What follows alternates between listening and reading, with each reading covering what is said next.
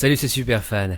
Bienvenue sur ma chaîne superfan.fr. Tu écoutes NUM Rendez-vous, l'émission de la révolution numérique et de la transformation digitale qui résume toute l'actualité des géants du web et de la tech, disponible sur ma chaîne YouTube superfan.fr et également en replay sur toutes les plateformes de podcast, notamment Apple Podcast, Google Podcast et Spotify. Nous sommes le mercredi 8 avril 2020 et exceptionnellement, ce NUM Rendez-vous va être extrêmement court. Ce sera un NUM Rendez-vous express parce que je dois publier 4 FAQ spéciales Disney Plus sur ma chaîne aujourd'hui.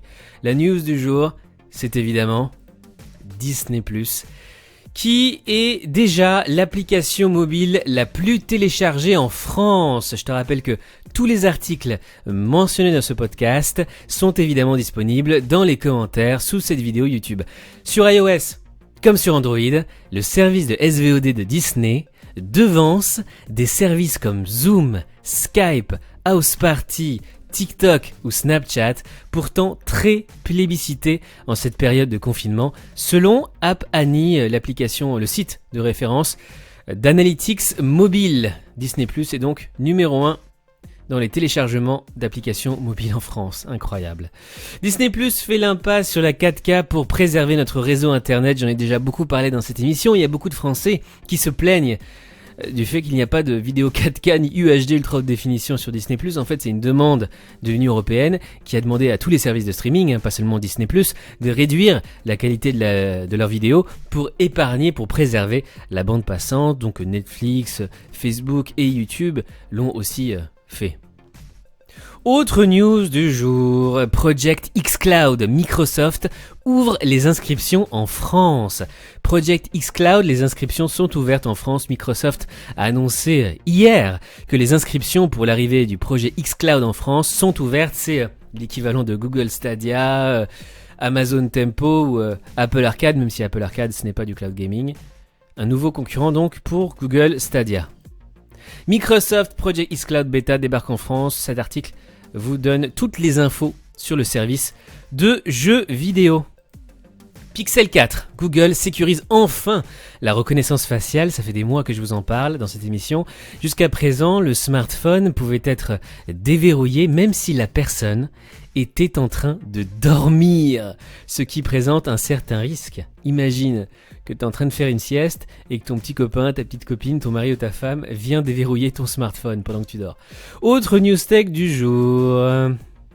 Snapchat lance une drôle de façon de faire des dons au personnel médical. Snapchat réinvente le système de dons et espère convaincre sa communauté.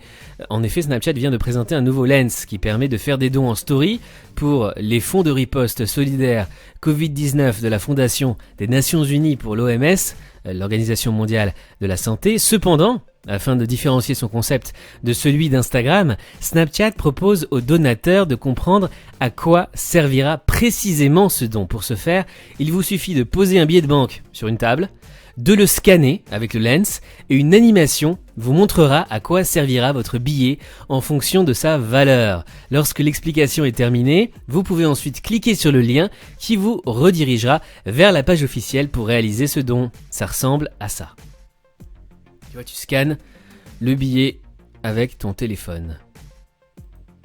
Un smartphone avec une caméra de 192 mégapixels arriverait au mois de mai. Alors que les smartphones avec caméra de 108 mégapixels viennent d'arriver sur le marché, un constructeur s'apprêterait à lancer un smartphone avec une caméra principale de 192 mégapixels. Il ne s'agirait cependant pas d'un smartphone haut de gamme, mais plutôt d'un modèle milieu de gamme avec une puce Qualcomm Snapdragon 765G. Apparemment, ce ne serait ni Samsung ni Xiaomi, mais on ne sait pas quel est le fabricant qui va proposer ce nouveau smartphone avec une caméra de 192 mégapixels. Affaire à suivre. News Chine, Xiaomi justement, qui continue de réfléchir à l'écran des smartphones de demain. Pas d'écran pliable, mais une dalle incurvée dépassant sur les côtés et permettant de libérer de l'espace d'affichage sur la partie frontale.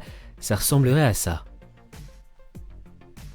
Et enfin News France, Je vais te remettre en lien sous cette vidéo l'attestation de déplacement dérogatoire numérique qui est valable, autorisée, légale depuis le lundi 6 avril. Tu vas donc remplir ce formulaire qui va générer un QR code que tu vas pouvoir montrer à la police en cas de contrôle. Je te rappelle aussi que les données que tu génères via ce formulaire et que tu rentres sur ce formulaire ne sont pas enregistrés sur le serveur du ministère de l'Intérieur. C'est pas un outil pour te traquer, pour te contrôler, pour suivre tous tes déplacements. Pareil pour la scanette des policiers. Quand les policiers vont scanner ton QR code, ils ne vont rien enregistrer. Ils vont juste pouvoir vérifier la date et l'heure, le timecode du QR code, quand est-ce que le QR code a été généré, mais c'est tout. Et vérifier les informations de nom, prénom, etc. Mais c'est pas du tout un outil pour t'espionner et pour suivre tous tes déplacements en France.